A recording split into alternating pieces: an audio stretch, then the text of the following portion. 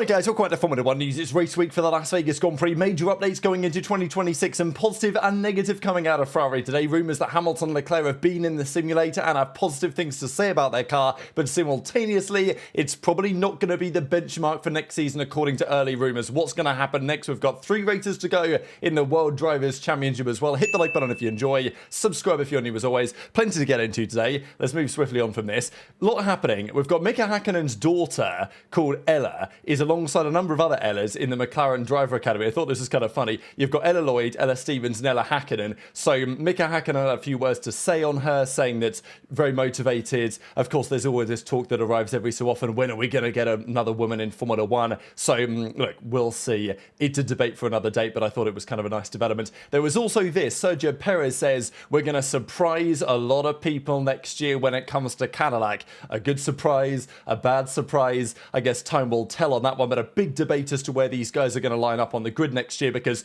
look, Audi, there are questions, understandably, on their engine project and their aero project. We'll discuss more on Audi in a few minutes, actually, because there's plenty that says it ain't going to be great next year, but equally, they are taking over an existing team. Cadillac are building this from the ground up, so we'll see if Perez and Bottas can pull any surprises next year. There was also some further discussion on Franco Colapinto, what Alpine are doing.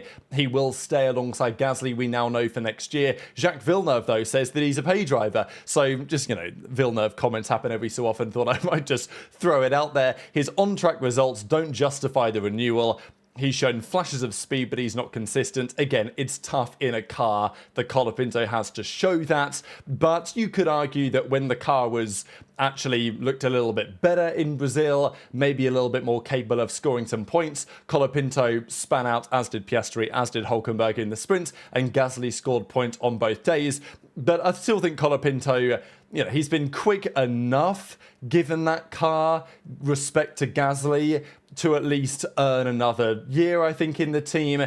And he does bring more sponsorship than Doohan, so I think it makes sense from a Briatore perspective as well. The main update of the day when it comes to upcoming Grand Prix, though, is this. So, we've got the Las Vegas Grand Prix this coming weekend. It's a Saturday night race, just to keep that in mind. So it's Thursday practice, Friday main qualifying day, and then Saturday is the race day. I think it's going to be an atrocious time here in Europe, but we'll see about that. Regardless, Pirelli have set another limit on laps per tyre set for Qatar. So Vegas this weekend, Qatar the weekend after, then the finale in Abu Dhabi. Now, the Qatar Grand Prix is 57 laps long. You guys may remember back in 2023, there was a mandated 3-stop during the Grand Prix. The reason for this is because of these curbs. Now, Qatar has always been like this, and it's not changed. It's a problem in other motorsport series. They race at Losail as well, but we know that ever since we've been racing around this circuit, even in 2021, tyre punctures, and, well, it's not even a puncture precisely, it is, but it's a complete collapse of the actual tyre itself.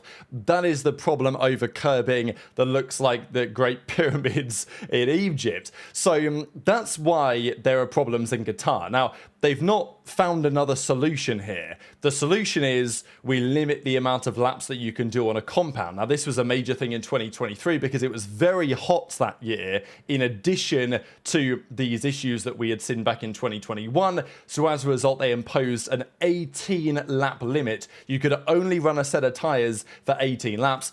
57-lap race, that was a guaranteed mandated 3-stop. Now, last year they didn't do this. They felt like it was okay. Just to keep in mind, the cause of the punctures that we have seen here before are not typically that the compound and the rubber has worn through. It's simply the actual structure of the tyre itself is rattled to smithereens by these curbs. So it's one of those punctures which is deemed to be quite difficult to predict. It's not like you can see the tyre wearing down the rubber to such an extent that you kind of know that you're running on ice, as it were. or running on fumes. This is a breakdown which, of course, the more laps you do on a tyre, the more likely it becomes, but it was very challenging for the teams to really predict when they had to say, all right, we're going to have to bring you into the box, because, of course, you'd like to leave the guys out there. So as I say, a couple of years ago, there was a mandated 3-stop in Qatar, and a couple of years later, having not found a better solution, and there is some discussion as to whether this is actually quite embarrassing, given the tyre failures in Qatar, that they have to effectively put a plaster on it to cover it up and pretend that it's not a problem, and it might still be an issue. But this year, the limit instead is 25 laps. So it was 18 a couple of years ago. Now it's 25. So they believe the conditions, it is going to be slightly cooler this time of year compared to when the race was in 2023. But the other issue we had in 2023, because of the limit on the number of laps you could do, was that the drivers were pushing absolutely flat out. The fastest race lap in that Grand Prix was very similar. I think it was like a second off the pole time. So you very rarely see that. That's because they were basically doing 57 qualifying laps because the tyres could cope with it. Now, that's how F1 used to be, and on some level it was kind of spectacular. Back in the day, the tyres didn't degrade, it wasn't a problem, and the drivers would push flat out every single lap. Now, that's not done in Formula 1 anymore, and there are pros and cons to that development, but it's very rare that after the first couple of laps of a race, or in a really important moment of the stint, the drivers are pushing flat out. There is an art of tyre management in F1, but if you've only got to do 25 laps guaranteed on a set of tyres, now, there might be a bit of tyre management in there in terms of easing the tyres in, but if you're mandating a 2-stop race, that means the drivers can and will push harder on those tyres. Will that mean Qatar is a tricky circuit, as we know? Will it mean more drivers struggling to stay awake, right? Like struggling not to black out, because it's a tough track. There's lots of G-forces getting pulled. They're going to be pushing very hard in significant heat for a significant amount of time. And the guaranteed 2-stop does not help the drivers in that sense. But from a viewership perspective, it is pretty interesting. This could also be a little bit of a test run of what might be mandated next year. We've seen it in Monaco, a mandated 2-stop. We've now got a mandated 2-stop here as well. What will the teams do? Will they go, medium, medium hard, medium soft? Depends on what the compounds look like on the weekends. But there will be some varying strategy here, and I think it'll be an interesting test bed, given there have been rumours that next year Formula 1 might make every race a mandated 2-stop. They could also do it in a way like this. They could mandate a number of laps you can do on a tyre. I don't think they would do that, because the reason why they're doing it in Qatar is very circuit specific, but it does add a couple of interesting features, and it's also pretty fascinating to see how this will affect certain teams. I'm sure that McLaren are probably quite happy about this, like Lando and Oscar, because it reduces the chance, the fastest strategy may be a 1-stop, but because you're forced to 2-stop, it means that the likelihood of a puncture is certainly somewhat reduced. We'll see how it affects the weekends, but intrigued to your thoughts in the comments below. Zach Brown did a pretty interesting interview, actually. He also said that Hamilton should already have his 8th world title, and he said this in the context of Max Verstappen and what he's like as a driver, as a champion, as a competitor. He says Verstappen's a 4-time champion. He can also be a fighter, too aggressive on track. That's when his arrogance shows. If you look at all the greatest F1 champions, they've also got a bit of arrogance about them. They put their elbows out, but Max has crossed the line on track at certain moments. In Brazil against Hamilton, of course, 2021, some of his overtakes on Lewis were too aggressive. Mexico 2024 was another reasonable example, maybe Spain 2025. But I thought it was interesting that Zach Brown came out and said this. Maybe he feels like the championship is over, right? And he doesn't have to worry so much about Max anymore, so he's okay with riling him up and riling Red Bull up just that little bit. There's also no Christian Horner anymore to respond to these comments. A couple of thoughts on Horner, actually, we'll get to right about now, because Horner was spotted over in New York.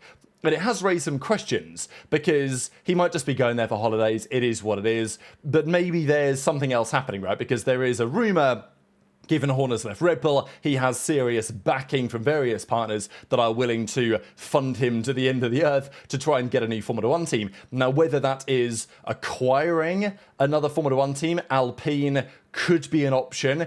but it wouldn't be cheap, right? I mean, Mercedes, Ferrari, McLaren, those teams have been valued at $5 to $6 billion. So to buy a Formula One team to enter would not be cheap either. There would be a major dilution fee expected by all the other teams. It would be cheaper to actually get your own entry, right? Rather than actually buy an existing team. But that's far from easy either. That would require serious funding. So Horner's obviously cooking something. What that is, who knows? Whether that was why he was in New York, also an interesting question. But let's talk about 2026. Lots of big developments there. One of the things we have to go on where the teams are is based on what Pirelli have been told. Now, of course, they're not going to come up publicly and tell us what different teams have told them to the number. But they have described the difference in downforce levels that teams have shown to them, because Pirelli have got to design a compound based on downforce figures and information that has been found out by the teams in their simulator running. Pirelli say that those downforce figures vary by 30% based on which team you ask. Now, there's questions, because are the top teams really giving their actual numbers? But, they'd kind of want to, right? Because if you're a top team, you're expecting big performance from the car, you want to make sure that those tyres are designed for high downforce in mind. And Pirelli have to recognize that over time, those downforce figures are only going to go up. This is how it works in these regulation cycles. But Pirelli's initial implication was, wow, there's a lot of variation here. And, 30% variation in downforce, 20% variation, whatever it could be, that is 3 to 4 seconds a lap very easily, which is kind of the figure that we're expecting when these regulations get underway between the best cars and the worst cars. I think the other notable thing in 2026, I admit there's a little bit of parallax error going on here because the cars are sideways to us. But it does give you some indication as to how small the 2000 cars were compared to what we have today. I think it's a good thing that in 2026 the cars are getting smaller to some degree, not much smaller, but certainly smaller than they have been over the last couple of years. Audi, I did promise I'd mention them, according to their CTO, they're already working on 2027, 2028. Now, I'm sure that to some degree this is true of the other teams as well.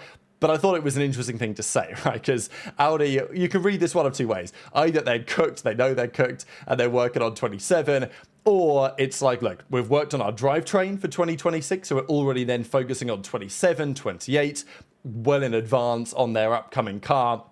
It's also worthy of note, these engines aren't frozen as the previous engines have been in terms of development, so you can keep working on it, can keep chipping away at the performance deficit that Audi are expecting to have going into 2026 from a powertrain perspective, that is for sure.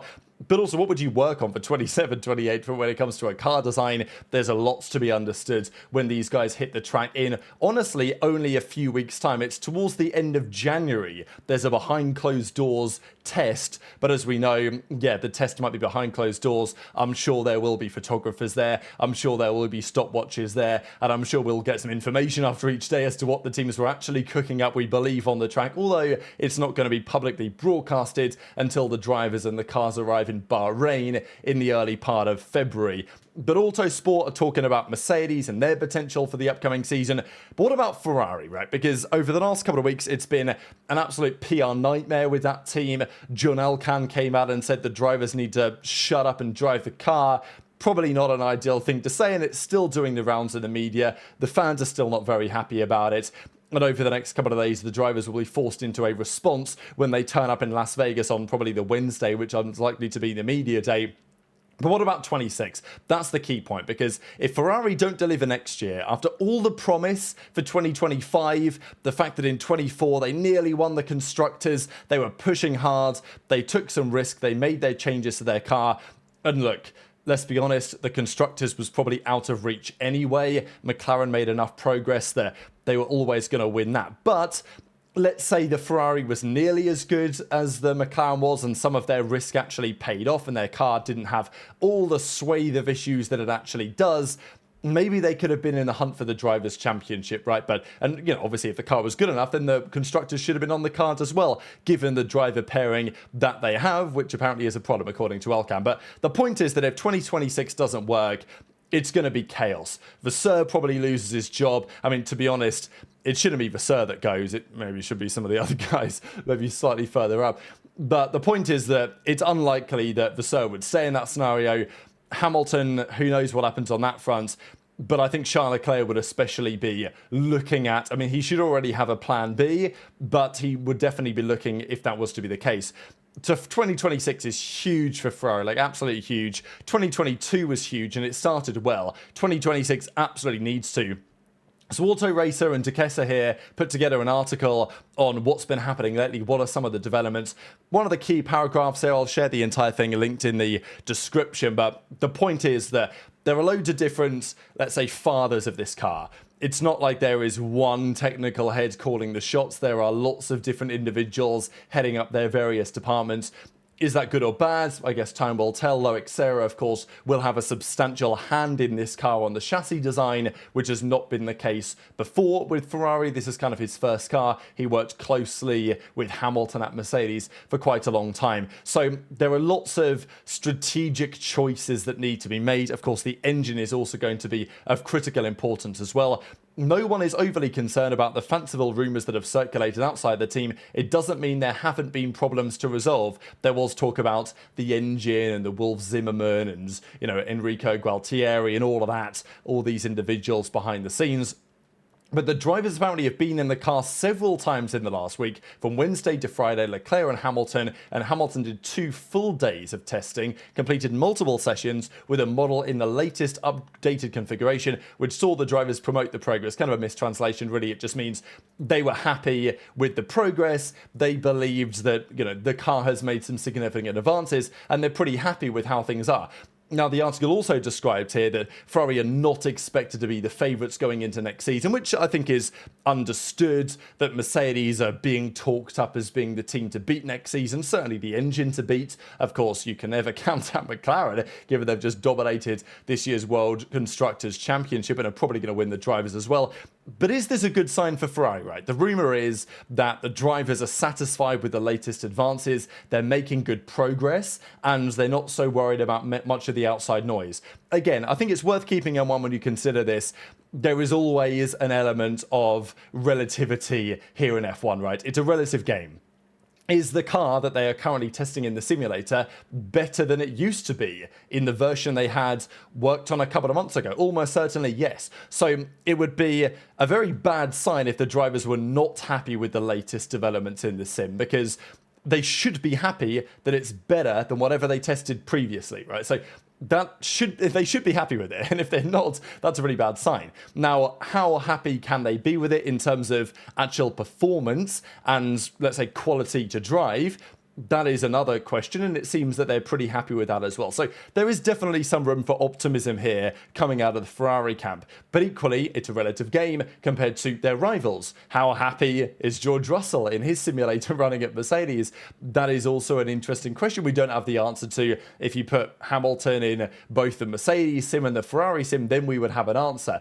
But that's not how things work in F1. So they might not be the favourites, but it certainly doesn't seem like it's all totally doom and gloom at Ferrari right now. Ralf Schumacher's been talking quite a lot, as he usually does, and he even says, look, Leclerc, he's got to have a plan B option next year, just in case things go horribly wrong. So tweet your thoughts in the comments. Given it's race week for Las Vegas, just wanted to quickly mention, Mercedes dominated around this track last year, largely helped by the cooler conditions. Their tyres just decided not to degrade, and they were so much quicker than anybody else on the track all the time. Now, maybe they can replicate something similar this year. Again, the conditions are going to be quite cold. I mean, this is what the forecast looks like. It's not, I don't know why I'm on this website, to be honest. But Thursday, Friday, Saturday, Sunday, nighttime temperature, this is degrees Celsius. It's going to be, you know, 8, 10, 8 degrees, something like that. So that's cold. In Fahrenheit, that's probably like, what, low 40s, 41, 42 or something like that. So, yeah, thought I would mention that going into the weekend. So tweet your thoughts in the comments. Hit the like button if you enjoyed. Subscribe if you're new. Take care. And I'll see you next time.